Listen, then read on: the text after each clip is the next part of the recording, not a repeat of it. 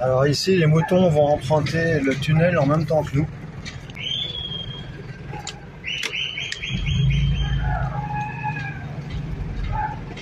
Ça rend l'expérience tunnel tout à fait spéciale.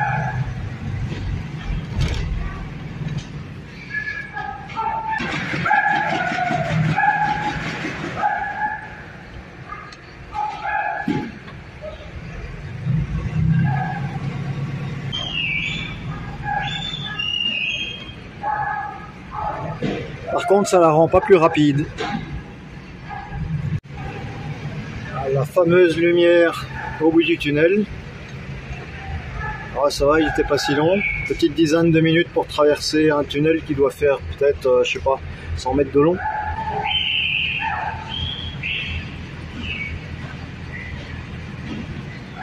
Ah, ces pauvres bêtes qui se font taper dessus.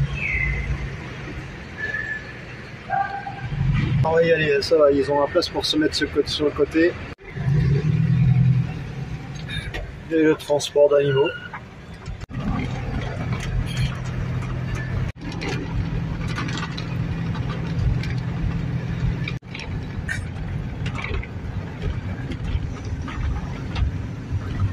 Attention les ânes.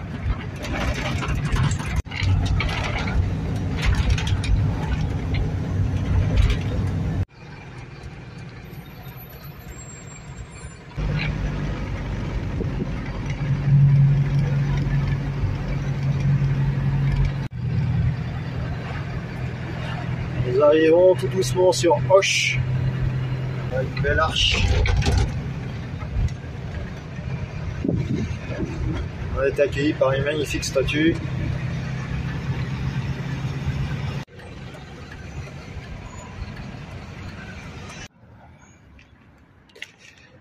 Un quartier relativement typique.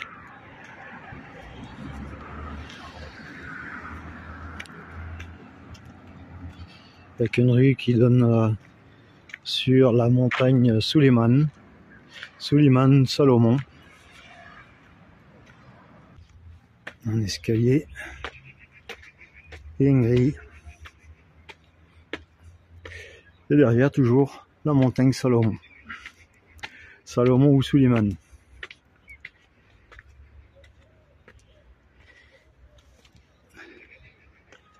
Et là on peut se demander ce que foutait le roi Salomon ici.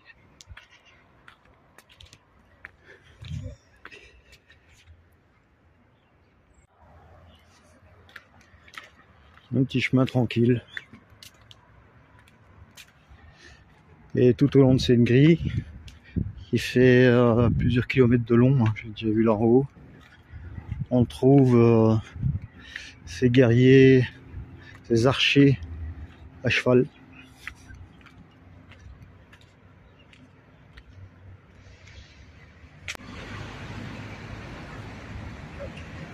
C'est encore une arche avec derrière un escalier qu'on va emprunter pour voir où ça mène. On se mène déjà à des pastèques au sol et des détritus. Et ici sur les côtés, il y a une série de sépultures visiblement assez anciennes. Tous ces grillages là en fait ce sont des tombes musulmanes.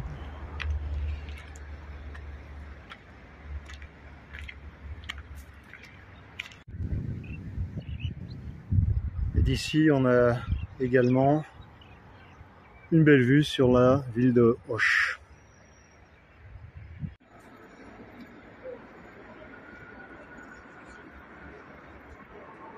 Auch à la tombée de la nuit. Et toujours cette espèce de smog. Les pics rocheux avec des cavernes où on probablement pratiqué un certain nombre d'ermites ici dans ces grottes, c'est en tout cas ce que j'ai cru comprendre.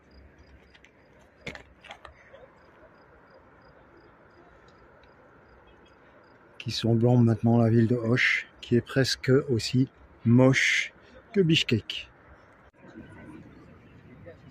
C'est quand même joli toutes ces petites lumières, hein.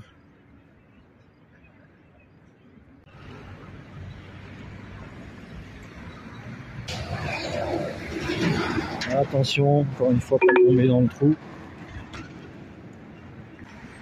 Voilà la demande pour obtenir le permis GBAO qui va me permettre d'emprunter le Pamir Highway et le Wakan Corridor ont été effectués. Je devrais en principe les recevoir dans 2 jours.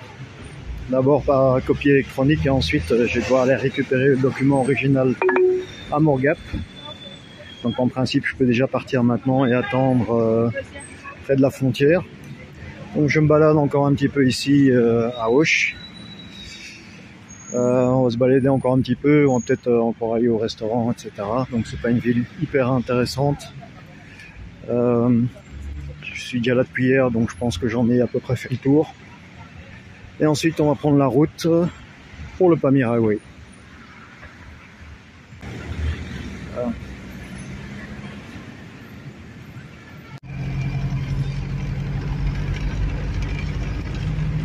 On a quitté Auch. Environ 1 heure. On est sur la M41.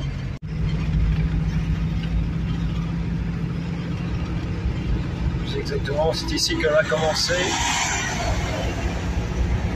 Le Pamir Highway. Alors là, c'est plus du smoke, c'est carrément de grosses fumées. Je sais pas si c'est normal ici.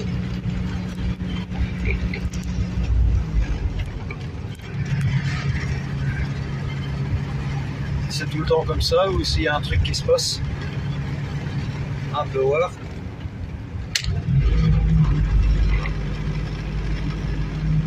En tout cas, personne n'a l'air de s'inquiéter. On va en déduire que c'est normal.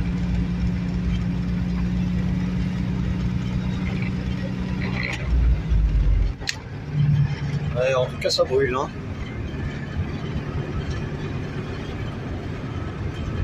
Ouais, ils sont en train de brûler des trucs. Nous voici donc maintenant officiellement sur le Pamir Highway qui part de Auch et va jusqu'à Mar el-Sharif en Afghanistan en passant par Dushanbe au Tadjikistan. On a à peu près 3000 km devant nous sur ce Pamir Highway. Les écolières en uniforme qui rentrent de l'école. Écolières et écoliers. Le smog qui couvre la région de Auch commence tout doucement à se dissiper. Les paysages deviennent de plus en plus montagneux comme vous pouvez le constater.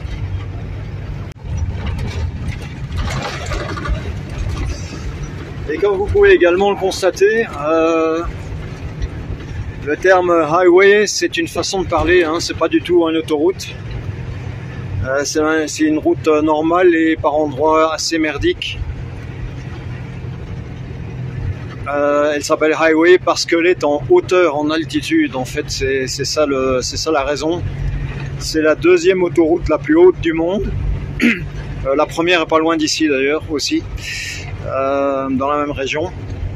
Elle a longtemps été la plus haute du monde d'ailleurs. Voilà, là, attention, hop là, ça secoue encore une fois.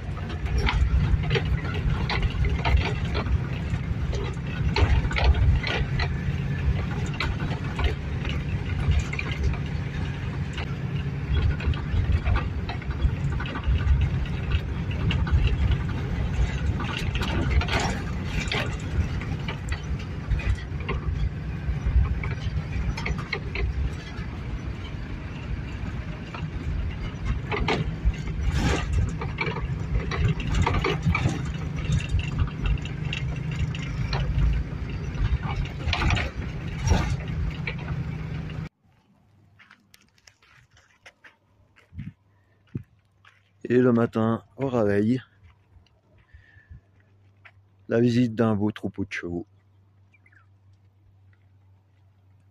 Ils sont superbes.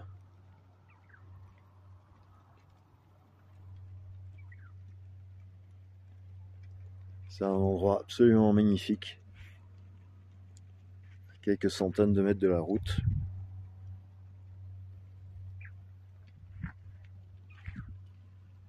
Un petit peu frais le matin, n'empêche, vu qu'on est quand même déjà à plus de 2000 mètres d'altitude.